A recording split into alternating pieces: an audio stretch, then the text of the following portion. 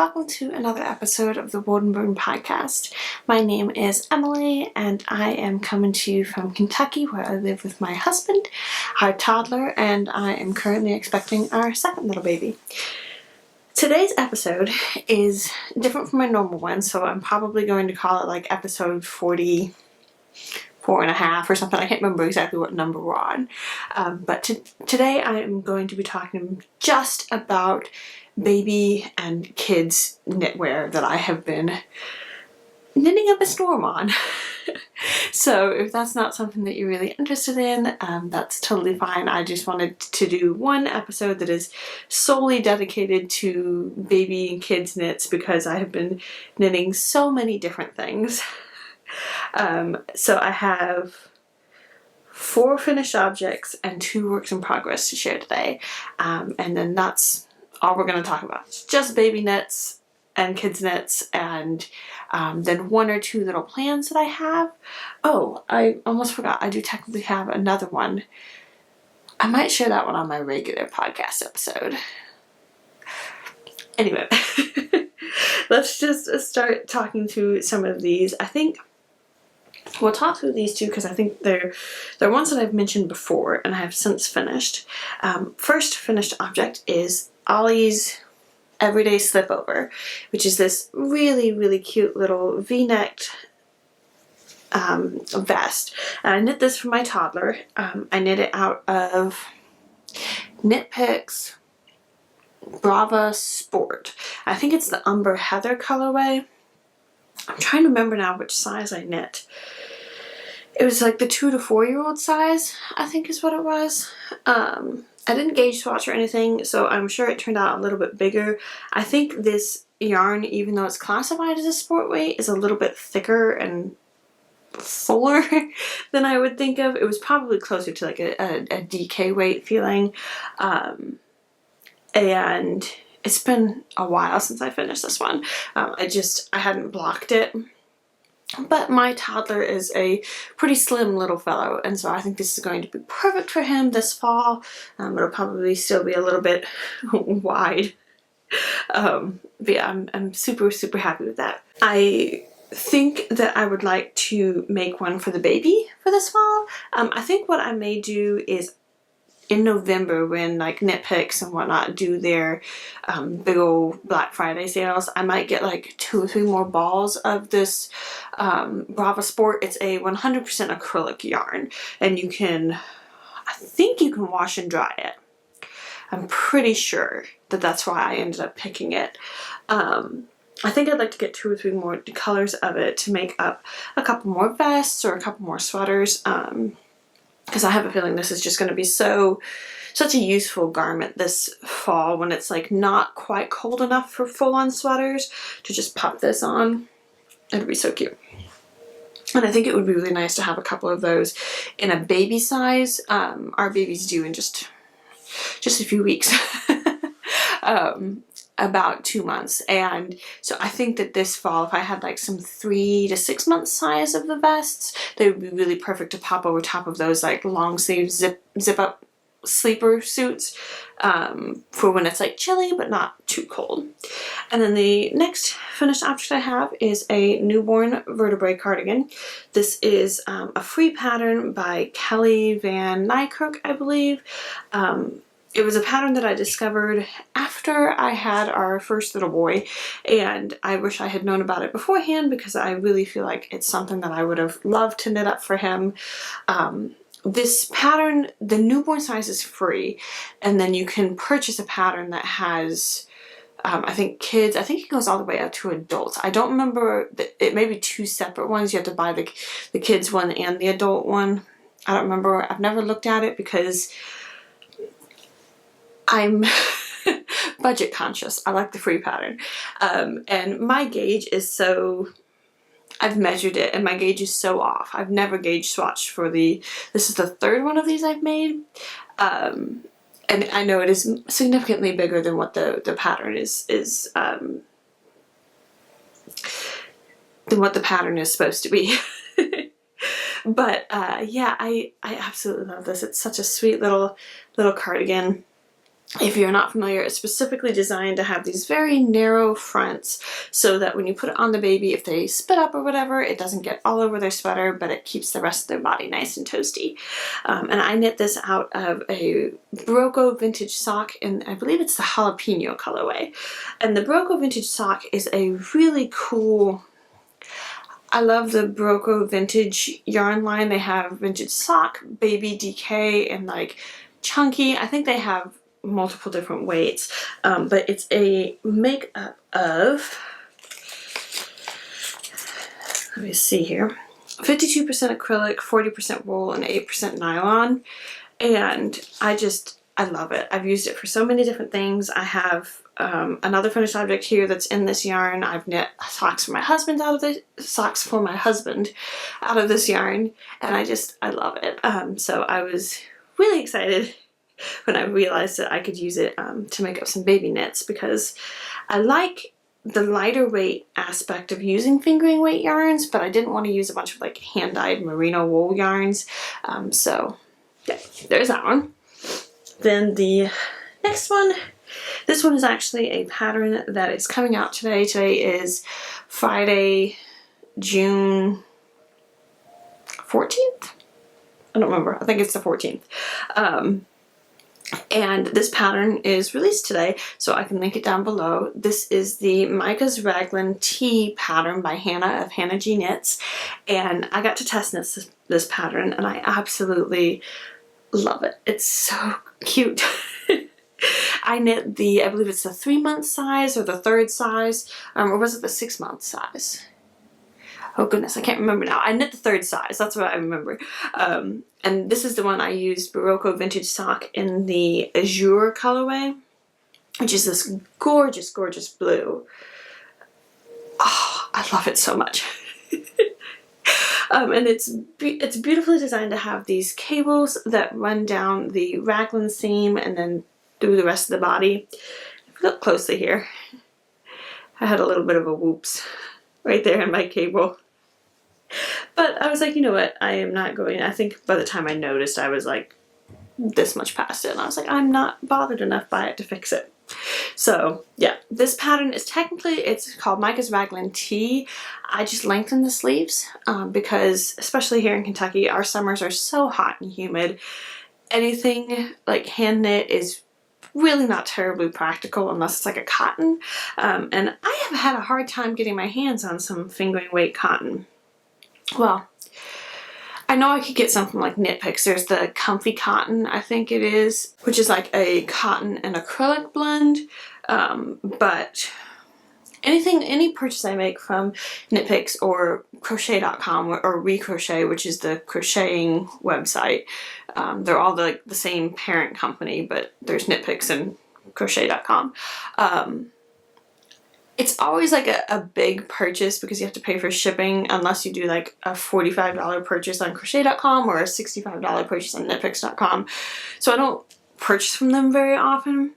That's one of the things I'm planning to get this fall, is to get some of their fingering weight. I think it's comfy fingering, because I would really, really like to try it. But anyway, back to this.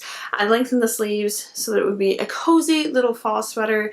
I'm planning to do it again, like I was saying, to pop it over top of the little zip-up sleepers. That was something that I did quite often with my first little boy, with my toddler. When he was a baby, I would just put a sweater over top of his sleeper, and it just worked so well. It kept him so cozy and snuggly and warm, and I'm really excited to be able to do that with some of my own like hand knit sweaters for this baby. But yeah, so there's that one. And then the last finished object I have to talk about, so cute, is this. Oh, I love it so much. This is the Tweety Junior pattern by Beta Jezik, who is, I believe, the owner of Hedgehog Fibers. She has a bunch of free patterns on Ravelry. I'll link it down below. I highly recommend you check them out. Some of the designs are so beautiful, and I've been wanting to try out some of her patterns for a while. So I was originally planning to use the Micahs Raglin sweater pattern, but I didn't want any sort of cables or anything, and in that pattern, the Micahs Raglin sweater by Hannah Jeanette's does not have short rows in the back, and I could have added them, but I just wanted something very plain, like a boring plain raglan sweater, because it's all about the stripes, like it's all about the colors. So that's why I ended up switching and using the Tweety Junior pattern, and I love it. A funny story is, this was originally supposed to be the baby size, and so I cast on the smallest size that the pattern only has like 4 different sizes or something. It's a free pattern, so I think it's just 4 different sizes, and so I cast on the smallest size, and I was like, okay, I'll make this one for the baby, and then I'll do like the 2nd or 3rd size for the toddler. I'm like working away on the body and following the pattern instructions and blah blah blah, and I was just like, this is really big. I'm gonna try it on him. I tried it on my toddler and it fit him, and I was like, oh, okay then. To be fair, I did not check my gauge. I did not gauge swatch or anything, so I'm sure that my gauge is bigger than what the pattern called for. But it's fine, because again, it's a very basic, boring, classic raglan sweater, and it's fine. So this one I knit out of the Barocco Vintage Baby DK in the Mallard, Sunflower, and Orange colorways. And I don't know, this is coming up much more red than it is in real life. It's a very reddish orange, but it's too orange to be a straight red. If that makes sense. But yeah, so I love this so much. I did 8 rounds for each stripe, and I think it's just adorable.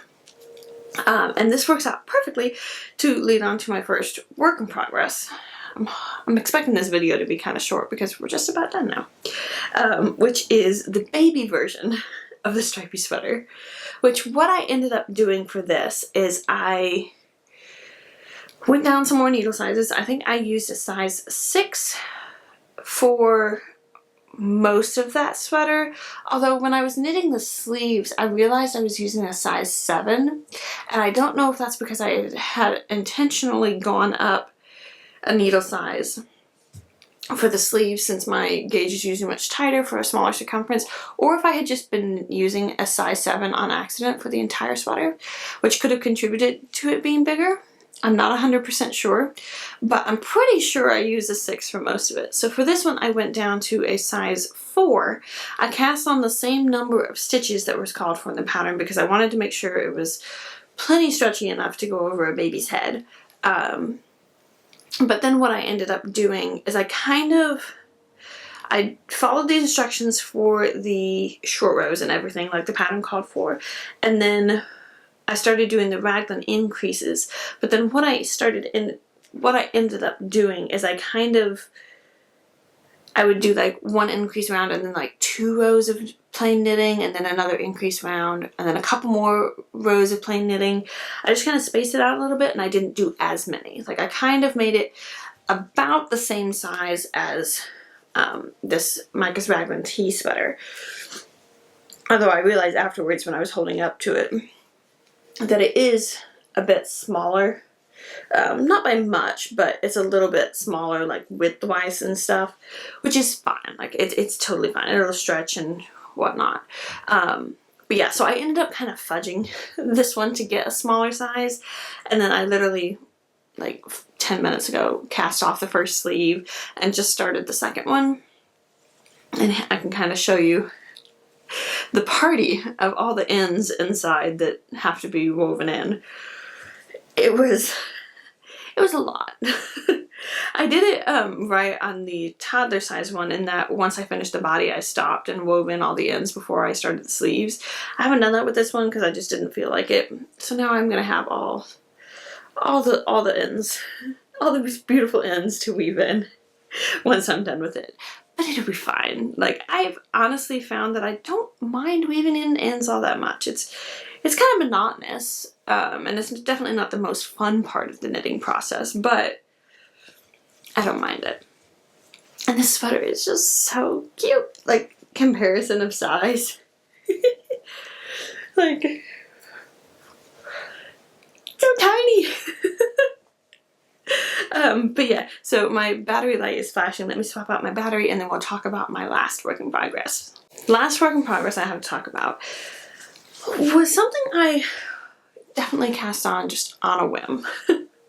I have been, if you don't follow Stephanie of Texas Peach Knits, she is hosting it's called Fluff Your Stash MAL this summer, which is basically just an opportunity to go through your yarn stash and pull out everything, clean out project bags, frog old whips that you haven't touched in ages, and just basically kind of go through your stash and know what you have and use it.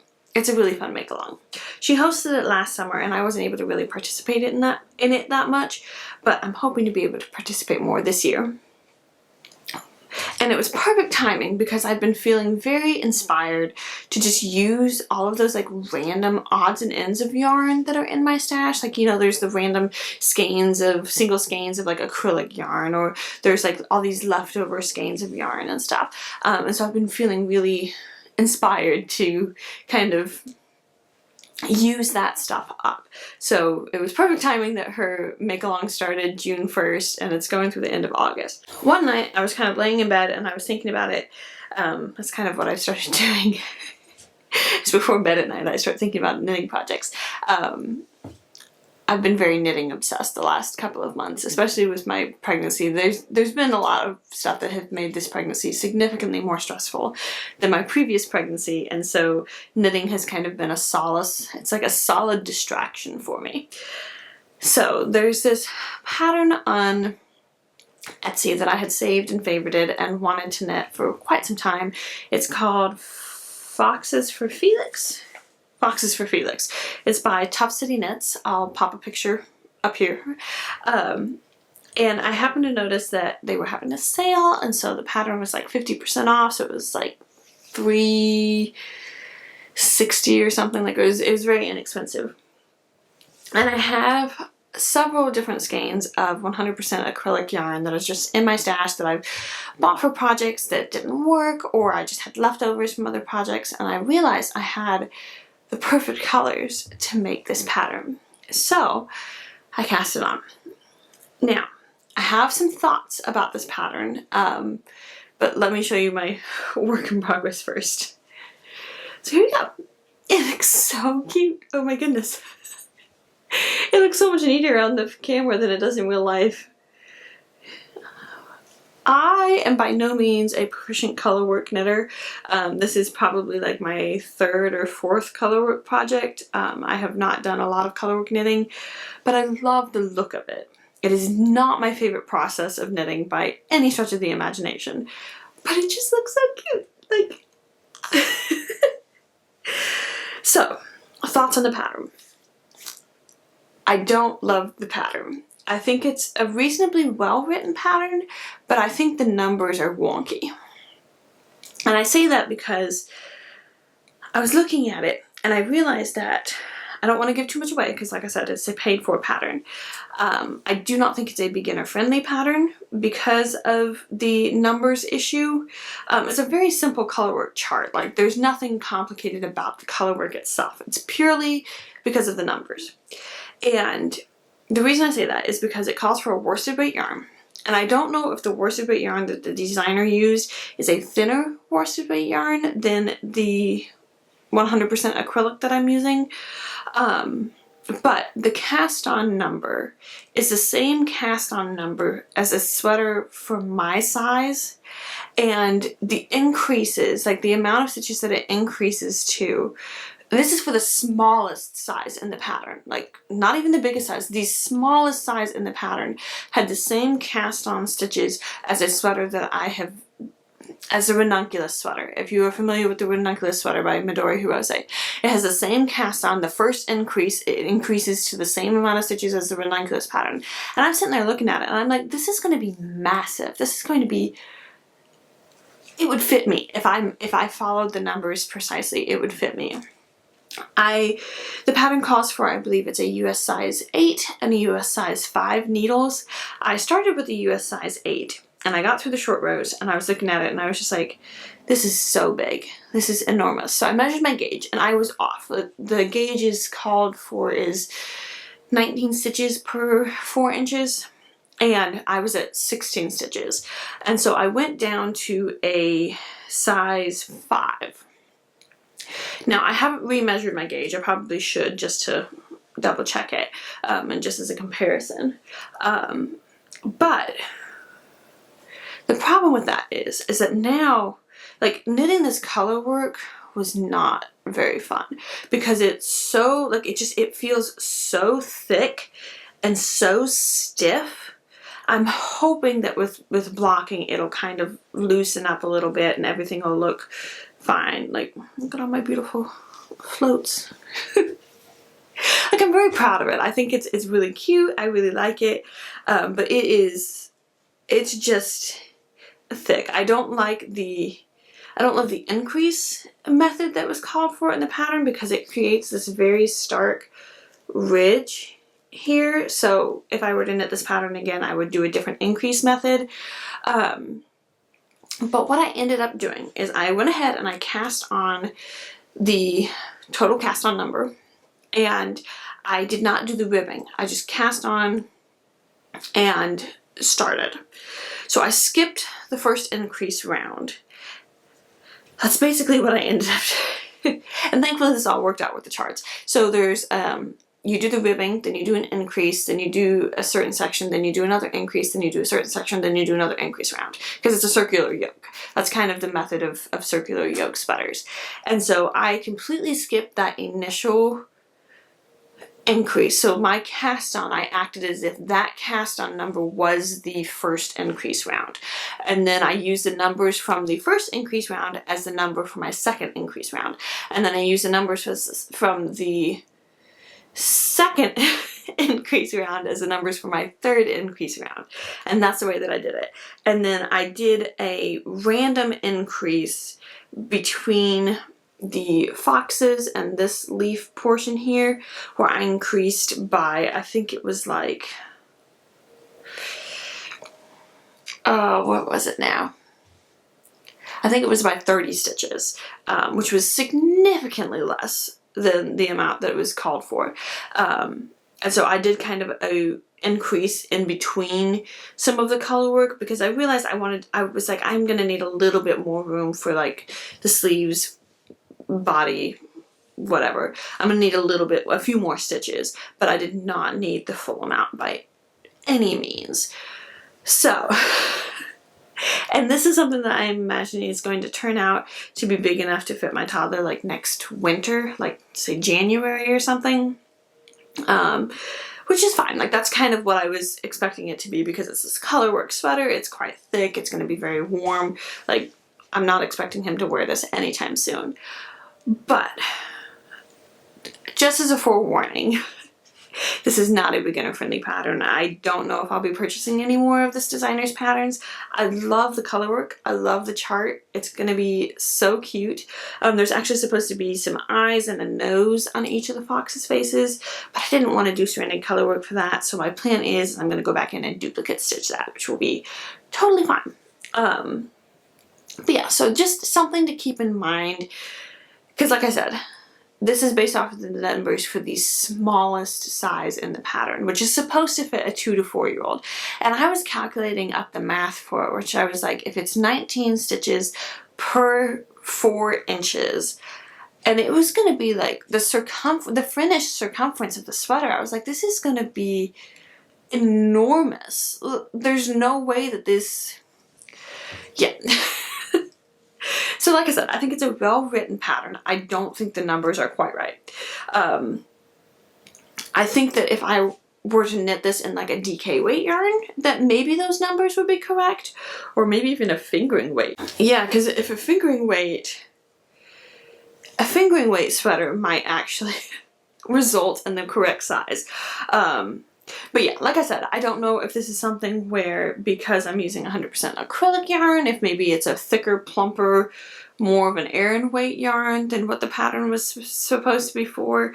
I'm not sure, but I love how it's turning out.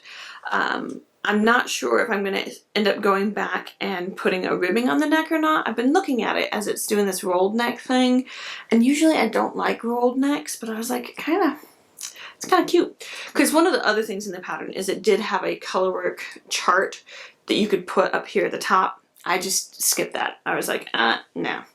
I didn't feel like it. I just wanted like the main colorwork section, because I felt like having that additional colorwork bit there was just a little bit too busy. But now it's kind of doing like this little rolled neck thing, and I don't hate it. So I'm not sure what I'm going to do for that. I'm going to finish the body, finish the sleeves, and then go from there. And like I said, this is all 100% acrylic yarn from my stash. The green is the, I think it's I Love This yarn, acrylic yarn from Hobby Lobby. And then the orange and the creamy white are different colors of Soft and Sleek, Yarn Bee Soft and Sleek. That I had in my stash left over from when I crocheted the Hobbs toy for my little boy. So yeah, I've just had these in my yarn stash for ages. And I wanted to use them up, and I think it's turning out very cute. Like I said, like I don't want to bash the pattern and just be like, it's a terrible pattern.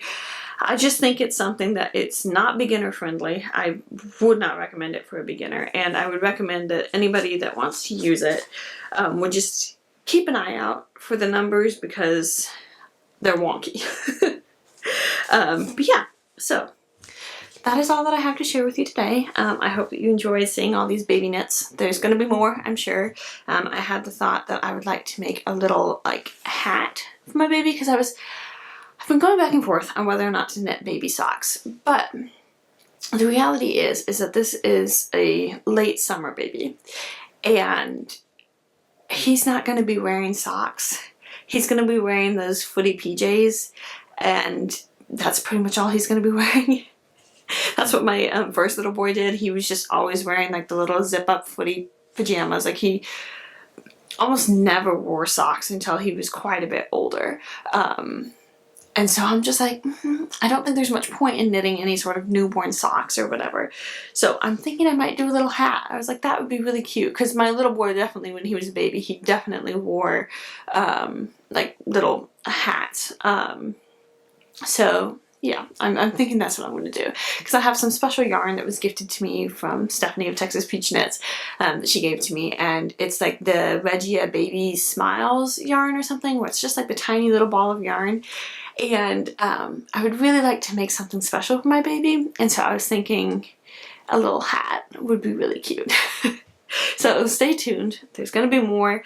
I have just been so enjoying it. I was telling my husband, I was like, I don't know what it is about this pregnancy versus my last pregnancy. If it's just that my knitting experience has come a long way in the last couple of years, and I just feel so much more comfortable like making random changes to patterns, which I never would have felt comfortable doing before.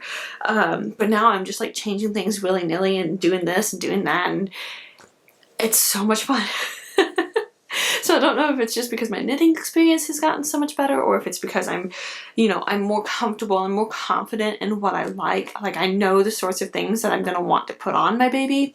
But I've just been knitting up a storm and having so much fun with it. Because yeah, it's just, I keep imagining like being able to put this little sweater on my toddler this fall, and it's just going to be adorable. I love it so much, and it's going to make for like the cutest pictures, and just him being able to wear it. And I think my yarn choices are better. I'm using yarns that are acrylics or are like washer machine friendly. The Barocco Vintage Baby DK is washer and dryer friendly. And so I don't know what it is, but I have just been so much more inspired to do significantly more baby knitting than I was with my first baby. So I'm just embracing it and going with it and knitting all these cute little things, which has been so much fun. But yes, I hope that you enjoyed. I'm hoping to be back with another video, with just my regular knitting podcast, like another episode, hopefully next week. And I have a feeling it's going to be a long one, because I just can't stop knitting, and I can't stop thinking of things to knit. And I have so many projects that I'm working on, and I'm just having, like I said, I am so inspired with knitting right now. And a large part of that is because I am using it as a distraction from more stressful things occurring in my life. And so I'm just like knitting constantly. And so I have so much knitting to talk about. And I just keep doing, like, passing on more things and making more things, and I need to like film another video, but it's been really hard to like take the time to sit down and film because I just want to knit things. But anyway, I'm hoping to have another video up soon. I hope you enjoyed this video. I hope that you're having a wonderful day, that you are loving your knitting projects. I would love to hear what you're working on, and yeah, I hope you have a wonderful day, and I'll see you next time. Bye!